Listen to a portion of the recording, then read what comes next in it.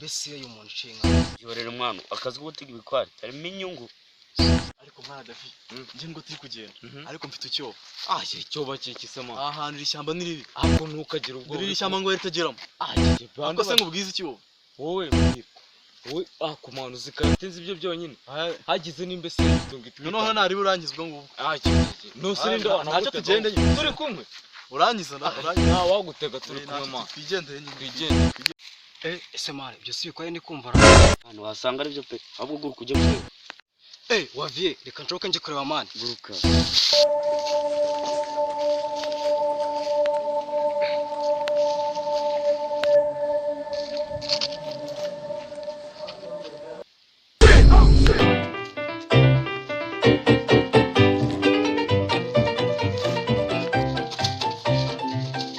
mani nibikware witonde nyamyaga kanda akose mano witonde nese umukandara noneho nanjye nacyo noneho amafaranga noneho nanjye bifite nanjye nayanjye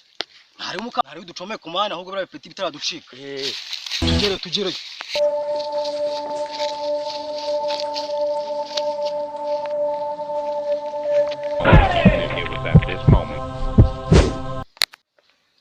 umbasha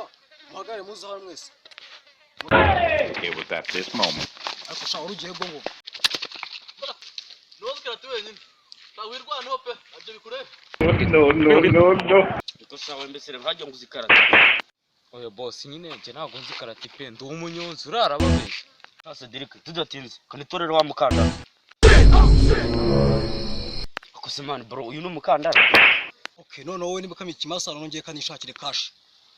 Jesus is Lord.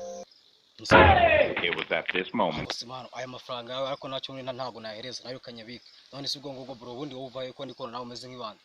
bose nje ndi umunyonzi nyine nitwa David mu rugo ni hari asara nose umunyonzi hano musanganye uri kwigare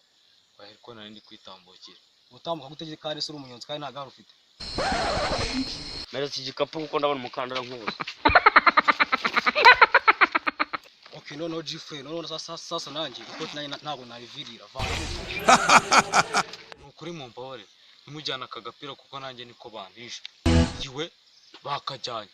mana akagapira ndabona na oje ntabwo nahora amayisigara mwana shamana ayifega arimo ariko nanjye man zira nkweto yari yambaye zimeze nk'izakayiza yatanga itegeko nazo umuntu akwiye kuzimwaka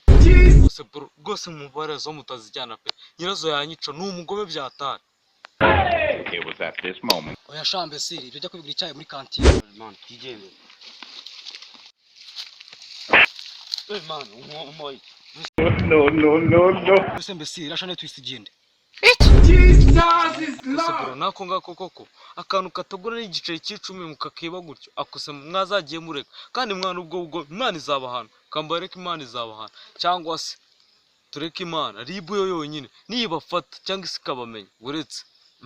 kandi mwarase mwazagiye mureka ubugome basi se mwakamaye sibyo wenda ibindi byose mukabijyana ariko mukakama uzi ko ari uwo mudari nawutsindiye mwana ndi koga none murakajyanye ariko man iraje ko numvite umwe muremure wagenda kayita yandika agapfukamunwa ikiro No. ayiwe iyo menya nkirukanwa na korode